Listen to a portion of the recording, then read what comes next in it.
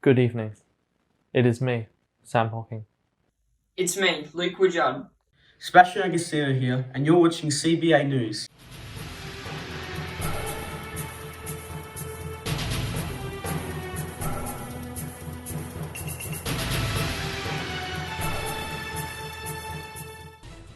Let's have a glance at the first headlines. The slowly declining rate of road fatalities in regional and metropolitan areas. Factors influencing the risk-taking behaviour of young drivers. The consequences of speeding in metropolitan and regional areas. And one new strategy to improve young drivers' knowledge, skills, and attitudes towards speeding. There are many factors which could kill you, such as speeding, drunk driving, seatbelts, drug driving, and mobile phones, but today we'll be focusing on speeding and the potential it has to harm a person.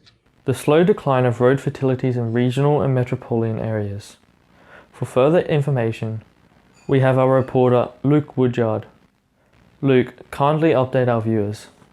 Speeding is a significant factor in severe and fatal traffic crashes. Speeds just 5 kilometres over the speed limit in urban areas is enough to double the risk of a casualty crash. The biggest killer of young drivers is speeding. Around 80% of speed-related injuries are male predominant.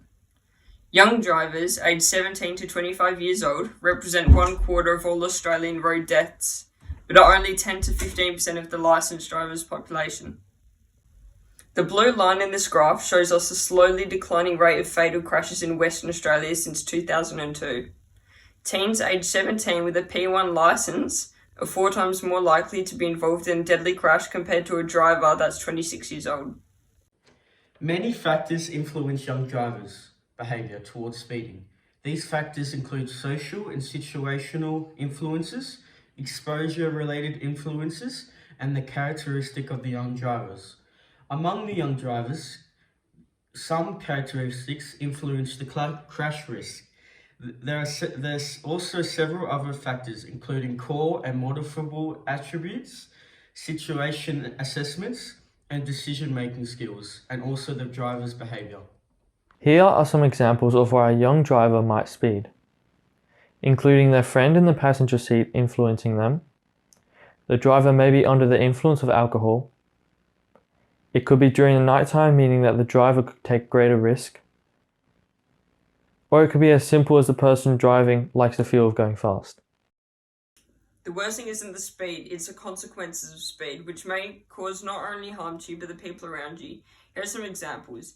If you speed no more than 9 kilometres an hour over the speed limit, it is a $100 fine. If you speed more than 29 kilometres hours over the limit, but not more than 40 kilometres an hour over the limit, it'll be $800 and 6 demerits. If you keep speeding, you might lose your licence. Also, you could get in a nasty car crash, have to get a new car and pay all the damages and fines. The biggest one is that you may take someone else's life away from them, and the guilt will stay with you forever. You may even need therapy. To help lower the risk of young drivers getting killed by speed, we've come up with an idea. We propose that after they take the test for their driver's license, they should be shown a video. This video will include terrible crashes that have been caused by speed, and in this there'll be an interview on what happened and how it affected the person. After the video is played, we will bring in a person who has been in a speeding accident but survived. This will show the young drivers how much damage the speeding can do and how much it can affect people. The purpose of this program is not to scare the young drivers, but to let them think before they do something like speed. It is simple. The faster you travel, the longer it takes to stop. For every 5 km/h increase in travelling speed in a 60 km zone, the risk of being injured in a crash doubles. It is 4 times more likely at 70 km/h, and the risk increases to 32 times at 80 km/h. In 2020, 47% of fatal crashes occurred in 110 km/h speed zones. As a result, speed is the biggest killer on our roads.